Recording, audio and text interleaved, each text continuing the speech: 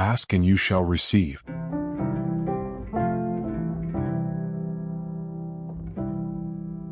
Three, receiving requires stewardship and obedience.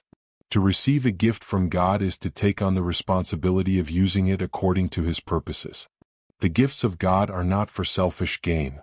They are given to be stewarded wisely and shared generously. Just as the Israelites received manna in the wilderness with the instruction to take only what they needed for the day, Exodus 16, God's blessings often come with an invitation to trust Him daily and to steward what we have faithfully. Thus, receiving involves obedience, responding to God's gift not just with gratitude but with action. It invites the receiver to ask, "How can I honor God with what I have been given?" The act of receiving becomes a continuous cycle of gratitude, faith, and stewardship. 4. Receiving means resting in God's timing. Receiving is also about surrendering to God's perfect timing.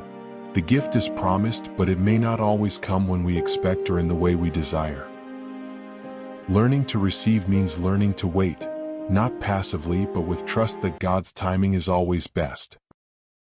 This is why Jesus encourages persistence in prayer, urging His followers to keep asking, seeking, and knocking, Matthew 7 verses 7 to 8. The waiting period itself becomes part of the gift, a process of refining our hearts and preparing us for what we will receive. In this way, receiving is not just about the outcome, it is also about what God does in us during the waiting. 5. Receiving as a partnership with the giver. Ultimately, receiving is not a one-sided act, it is a partnership with God. It calls us to trust, to prepare, to recognize His hand in every answer. The promise, "Ask and you shall receive," is not merely transactional, it is relational.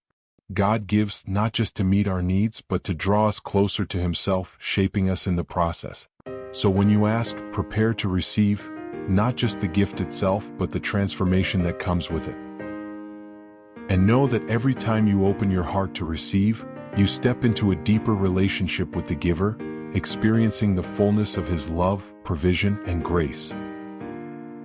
This is the promise of receiving, not only to have but to hold what God gives with faith, gratitude, and purpose.